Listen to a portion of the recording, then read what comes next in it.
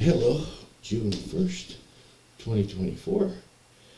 This one is about near the end of my 23rd birthday to my 24th.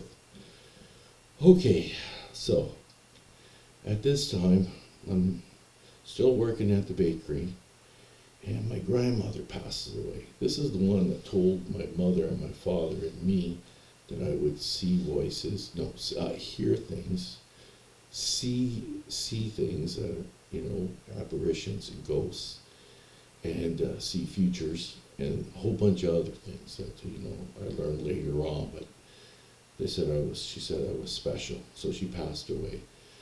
Now, my father was scared to go see her at the hospital, so me and my mom went, and I got first time, well, not the first time, because I saw the one at the river that passed away, and I saw her spirit leave her body.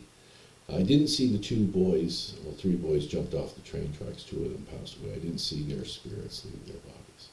But my grandmother, I did. And she was 84 years old, and she knew when she passed away that she died.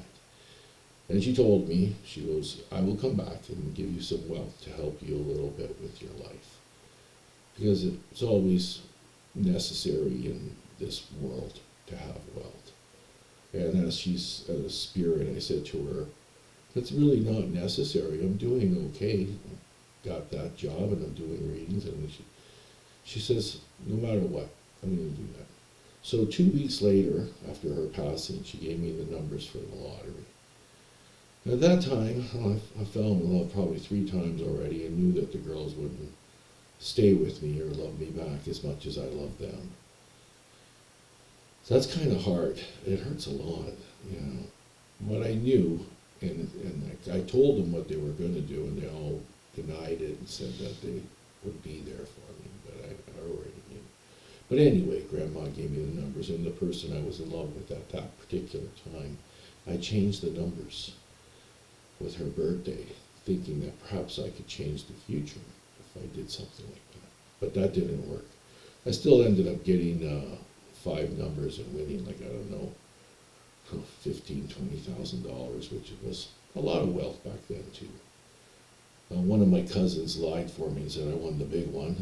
I can't say names or anything. Everybody I've spoken to about doing this, not everybody, 50% have said say their names, 50% have said say not their names, don't say their names. If even one person says not to say their names, I'm not saying anybody's names. But anyway, after this, I decided that I want to lose my voices, stop seeing these visions, not know the future,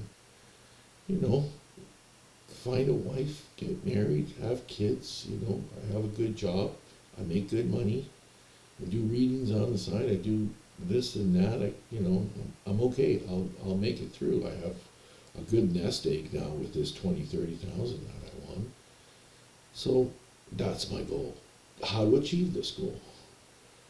So around near the end of the 24th year, the lady the girl, because at that time we were kids, girls and boys, have left me, and I got into a car accident.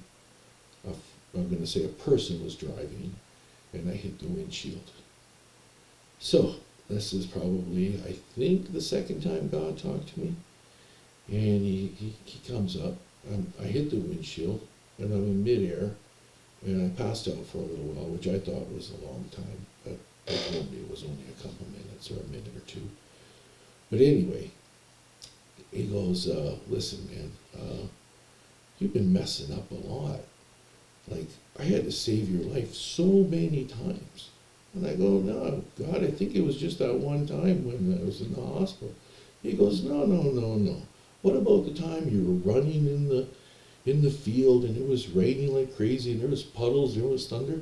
I made sure that thunder never hit a puddle near you. You would have died. What about the time you were climbing the tree and you fell? I made the tree alive to grab you just before you fell. It would have broke your neck. What about all those fights you got into your kung fu? Do you think you're that great? You could have died at any one of those times, but I stopped it. I said, oh my God. God. And he's like, I've got two angels here right now, and they're yours. They're going to be there to protect you, to make sure you're not dying. Because I am a very busy entity, and I got lots and lots of things for you to do, and I need you alive. And do not commit yourself because of this situation when I'm talking to you. So now I got two angels, and they're gorgeous, and they're blondes, but one was supposed to be a brunette, because he said they'll appear to me as the most attractive girls that I know in my life at that time. And fantasy, you know what I mean? Like movie stars and models and stuff like that. And I'm not going to say who they are either. But anyway, he's like, don't commit yourself. I know you. And I'm like, wow, what do I do? Now I got two angels. I see spirits. I hear voices. Like I see futures. Every time I touch someone, it's like a feeling or a knowing of what they're going to do. Mind you, I use it to my advantage sometimes, believe it or not. When someone is a bit aggressive and I shake their hand, I say, oh God, this guy's going to swing at me, so I'm going to move just before he swings. And God tells me that that's okay. I said, okay. But 2 weeks after this accident, you know what I did? I went and committed myself. I said, I'm getting rid of these voices. I am getting rid of these visions.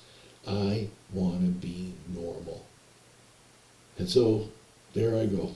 Commit myself in a mental institution.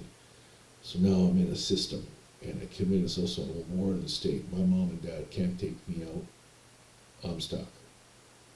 And we'll get back to this later, because I'm trying to keep these under 5 minutes if I can. I think I went way over.